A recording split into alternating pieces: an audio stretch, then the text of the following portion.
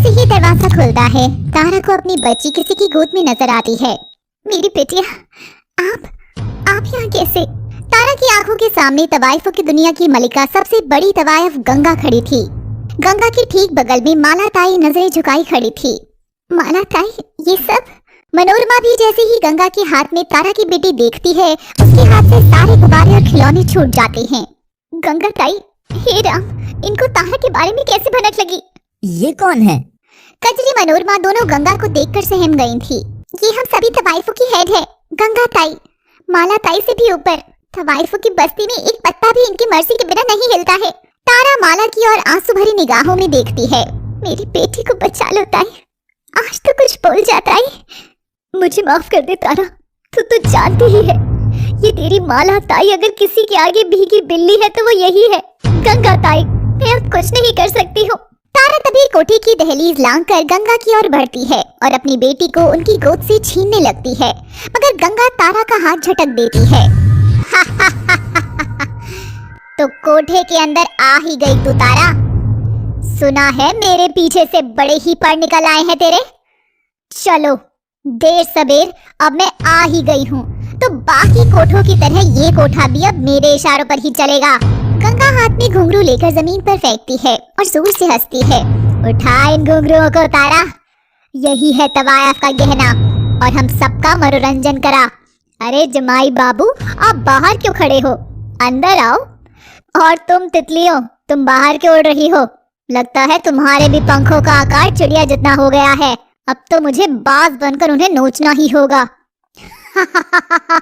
नाचो सबकी सब, चलो। और गंगा, माला और हर्ष कुर्सी डालकर कोठे में बैठती है कि तभी दरवाजे पर ढेर सारे अमीर मर्द भी आ जाते हैं। अब हुआ ना हमारी तारा का शो हाउसफुल। नाच तारा नाच, और अगर तेरे पाँव रुके तो तू तेरी बच्ची हमेशा के लिए खो देगी। और तारा और बाकी तवाइफें नाचने लगती हैं। नाचते नाचते तारा के पेट पर हुए ऑपरेशन के टांकों से खून रिसने लगता है और उसका शरीर लाल हो उठता है। तारा लड़खड़ाकर गिर जाती है। तारा, गंगा ताई मत करो ऐसे, मेरी पत्नी पर जुल्म बंद करो बस। मैं और तारा अपनी बच्ची लेकर यहाँ से बहुत दूर चले जाएंगे, बहुत दूर। तवाइफ कभी अपनी पहचान से दूर नहीं हो सकती। इस मौला ने मेरे कोठे को फिल्मी दुनिया बनाकर यहाँ आशिकी चला दी। इसकी सजा माला और इस तारा दोनों को मिलेगी, और इन तवाइफों को भी। मगर उससे पहले तारा की बारी। उठ तारा, उठ। बोला था ना, जब तक तेरे पाँव चलेंगे तब तक तेरी बेटी सलामत रहेगी। तारा डबडबी आंखों से उसकी रोती हुई गुड़िया को देख रही थी। तू इसे तवाइफ की दुनिया से दूर भेजना चाहती थी ना? तुम सबने मुझसे छिपाया ना, है ना?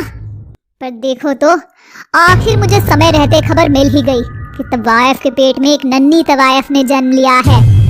ये तो लक्ष्मी माँ की कृपा है, जो धंधे में मुझे और बरकत मिलेगी। नहीं नहीं नहीं, क्यों मेरी रानी? तवाइफों की दुनिया का यही तो उसूल है।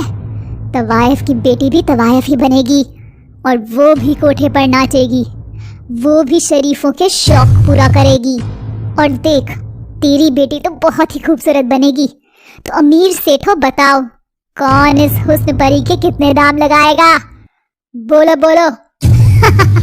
देख बेटा, तेरी माँ तो वो पड़ी है, उसे तो तेरी परवाह ही नहीं है। अब मुझे ही बनाना है तेरा भविष्य।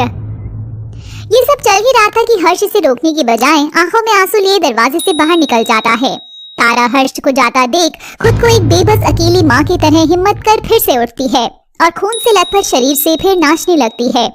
ये हौसला कैसे रुकी, ये आरज़ू कैसे रुकी, ये हौसला कैसे रुकी, राह पर कांटे बिखरे मगर उस पे तो फिर भी चलना ही है।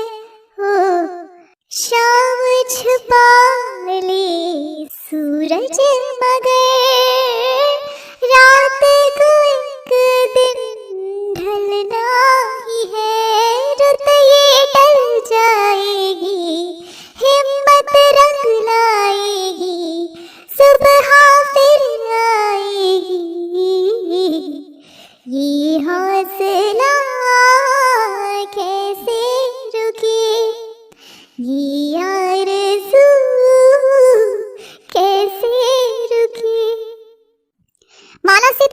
दुख नहीं देखा जा रहा था। हमारी कोठी की बात आखिर इस गंगा तक पहुंचाई किसने होगी। हर्ष और तारा के घर छोड़ने के बाद जानकी और विक्रम कहाँ शांत बैठने वाले थे। विक्रम तभी एक फोन घुमाता है। मुझे तवायफों की कमजोर कड़ी का पता चाहिए, मुझे पता करके बताओ। सुना है तवायफों को जो अपने इशारों पर चलाती है वो कोई गंगा ताई है जिससे माला भी थर थर कांपती है। विक्रम फोन रखकर हंसता है। जानकी, अभी तक हम जो कर रहे थे वो साम दाम दंड नीति थी, लेकिन भेद नीति को हमने नहीं अपनाया था। मतलब ये तुम क्या पहेलियां बुझा रहे हो? तवायफों को बर्बाद करने के लिए उनके भेद को जानना जरूरी है। अब देखना कैसे जहर को जहर ही काटता है। मुझे तवायफों की कड़ी का पता लग गया है, चलो मेरे साथ। और जानकी और विक्रम गाड़ी निकालकर शहर से बाहर एक कोठे में जाते हैं। जैसे ही वो वहाँ की गली में एंटर करते हैं, रंग बिरंगी तवाइफें तेज इत्र लगाकर विक्रम पर झपटती हैं। हाँ ना सेठ, बड़ा ही चिकना लग रहा है तू तो। विक्रम तुम मुंह ढक लो, किसी ने हमें इस बदनाम इलाके में आता देख लिया तो कल की खबर यही होगी। दोनों अपना मुंह ढककर गंगा के पास जाते हैं जो सामने बैठे हुक्के से गुड़गुड़ किए जा रही थी। ऐसे लग रहा था जैसे गंगा से क्रूर औरत इस दुनिया में है ही नहीं। तभी विक्रम देखता है कि गंगा के तवायफ खाने में बहुत सी कम उम्र की लड़कियां भी थी। ये देख वो मुस्कुराता है। मैं तुम्हारे लिए काम की खबर लाया हूँ और साथ में उस तोहफे को लेने के बदले में मैं तुम्हें पैसे भी दूंगा। क्या बात है सेठ, अब फटाफट मुंह खोल अपना। तुम्हारी बिरादरी की एक तवायफ तारा एक बच्ची को जन्म देने वाली है और कहती है वो तवायफ नहीं बनेगी। ये सुनते ही गंगा गुस्से से खड़ी होती है। क्या बोला? तवायफ नहीं बनेगी? मुझसे धोखा? तवायफ की बेटी भी तवायफ ही बनेगी। ये इस बदनाम दुनिया का नियम है, इस गंगा का बनाया गया नियम। मैं ऐसा कभी नहीं होने दूंगी। विक्रम और जानकी ये देख बड़ा खुश होते हैं। अब देख तारा, कैसे नहीं छोड़ेगी तू मेरे बेटे का पीछा। उस दिन जैसे ही तारा की बेटी होती है, विक्रम गंगा को फोन कर सारी खबर दे देता है और गंगा चुपचाप हॉस्पिटल जाकर तारा की बेटी को उठाकर कोठी पर ले जाती है। आखिर जालिम विक्रम और जानकी की कूटनीति काम आ ही गई थी। तभी दरवाजे पर विक्रम और जानकी भी आ जाते हैं और सारा तमाशा देख बड़े खुश होते हैं। जानकी तारा के बाल खींचकर उस पर हंसती है और जोर से जमीन पर थूककर उस थूक को पांव से कुचलती है। आच्छू, ये देख, यही है तेरी हस्ती, इस थूक जैसी, जिसे जब चाहे मैं तब कुचल सकती हूँ। तू मान चाहे मत मान, इस तवायफ का कलंक तू कभी नहीं धो सकेगी। अब सड़ना पूरी जिंदगी अपनी इस गंदी बस्ती में। जैसे ही जानकी ये बात बोल रही थी तभी उसे अपने चेहरे पर रोशनी जैसी पट्टी महसूस होती है और चारों ओर कैमरा की आवाज आने लगती है। सब पलटकर देखते हैं तो दरवाजे पर ढेर सारे मीडिया वाले लोग खड़े थे जिनके साथ हर्ष खड़ा था। तारा हर्ष को देख रो उठती है। दोस्त, यही सच मैं तुमको दिखाना चाहता था। हाँ, खींचो खींचो इन सबकी तस्वीरें और इधर लाओ अपना कैमरा। ये जो फर्श पर खून पड़ा है ना, सबसे पहले इसकी तस्वीर खींचो और बताओ अपनी इस शरीफ दुनिया को कि तवायफों का खून का रंग भी कोई अलग नहीं होता है, वैसा ही लाल होता है जैसा इन पैसे वाले झूठे ढकोसल बाजों का होता है। हर्ष अपने मीडिया वाले दोस्त की मदद से कब से तवायफों की मदद करने की प्लानिंग कर रहा था। मुझे ये करना ही होगा दोस्त, और इसके लिए समय बहुत कम है। चाहे इसमें मेरे अपनों की बदनामी ही क्यों ना हो, मगर मुझे तवायफों का वो हर काला सच दुनिया के सामने लाना है जो किसी को नहीं दिखता। सच में हर्ष, जैसा तुम बता रहे हो, इससे तो यही लगता है कि तवायफों की जिंदगी काफी मुश्किल बना रखी है समाज ने। मुश्किल नहीं मेरे यार, नरक कर रखी है नरक। पर अब बारी है नरक की आग में इसी समाज को जलाने की। तुम बस हर एक चीज कवर करना, जैसा मैं कहूँ ठीक वैसा। गंगा ताई, तुम तो हमेशा छिपकर लड़कियों को नचाती हो ना, आज कैसे खुले में आ गई? अब आ ही गई हो तो स्माइल करो, जरा तुम्हारी भी तस्वीर निकाल लो, तवायफों की माफिया। और वो जैसे ही गंगा की तस्वीर निकालता है, गंगा शर्म से चेहरा छिपाकर तारा की बेटी ले जाकर भागने लगती है। तभी तारा गंगा को टांग लगाकर गिरा देती है और अपनी बेटी को गोद में लेती है। गंगा ताई, एक माँ तब तक बेबस है जब तक उसकी बेटी किसी दूसरे के अधीन होती है, लेकिन वही माँ इस पूरे जहान में सबसे शक्तिशाली हो जाती है अगर उसकी बेटी उसके पास आ जाए। तू तवायफ बनाएगी मेरी बेटी को? तूने आज तक खुद से नजरें भी मिलाकर देखी है? तारा, तू तेरी जुल्मी सास ससुर को देख, इसे हम संभालते हैं। तभी माला आकर गंगा को उठाती है और सारी तवाइफें उसे घेर लेती हैं और गंगा को चाटे ही चाटे लगाकर लाल कर देती हैं। हर्ष आकर तारा को थामता है और सारी मीडिया वाले जानकी और विक्रम को घेर लेते हैं। हर्ष बेटा, ये तो हमने तेरी भलाई के लिए किया था।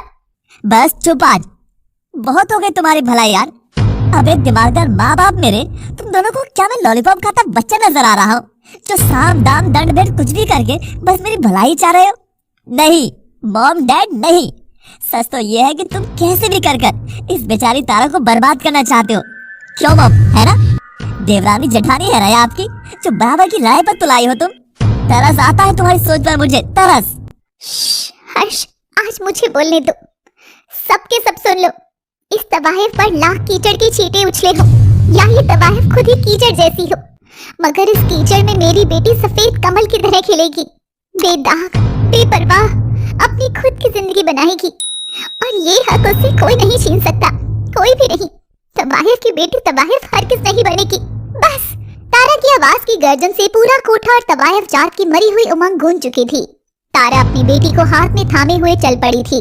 एक खून से लथपथ मां मजबूत इरादों से कोठे के बाहर कदम रख रही थी। हर्ष अपनी तारा को ऐसे देख बहुत खुश होता है और उसके साथ जीने निकल पड़ता है। अगले दिन अखबारों में तवाइफों के लिए छपी खबरों ने उसकी जिंदगी बदल दी थी। हर्ष के द्वारा छेड़ी उस मुहिम के बाद बदनाम गली और बदनाम नहीं रही थी। अब तवाइफें अपने धंधे के साथ पढ़ाई भी करने लगी। बदनाम गली में एक स्कूल खुल गया था जिसका नाम तारा रखा गया। अब जब भी तवाइफें बाजार में निकलती तो लोग उनसे नजरें नहीं फेरते थे, बल्कि मुस्कुराते थे। माला की हवेली में अब हर रोज दिवाली जैसा माहौल रहता और दुष्ट विक्रम और जानकी अपनी नकली दुनिया में ही सड़ते रह गए। गंगा की तो हालत पूछो ही मत। तवाइफों ने उसकी जो कुटाई की थी, तब से वो बेचारी अभी तक बिस्तर पर ही है। और हमारे हर्ष और तारा, उनका क्या, आइए देखते हैं। उस घटना के बाद माला ने मां बनकर हर्ष और तारा की शादी करा दी थी। आखिर एक तवाइफ की जिंदगी कल्पना से भी खूबसूरत हो गई थी। तवाइफ के पति की व्यथा भी सब जान चुके थे। सब तवाइफें हर्ष जैसे पति की कल्पना करने लगी थी और अब तारा के नाम से जो स्कूल खुला था, हर्ष और तारा उस स्कूल को चलाते हुए तवाइफों को शिक्षा दे रहे थे। तो दोस्तों, लव सिटी की हर कहानी की तरह ये कहानी भी आपसे बहुत कुछ कह गई, मगर क्या, ये आप ही बताइए कमेंट बॉक्स में। अच्छा, अभी चलते हैं, मगर जल्द ही नई कहानी के साथ मिलेंगे।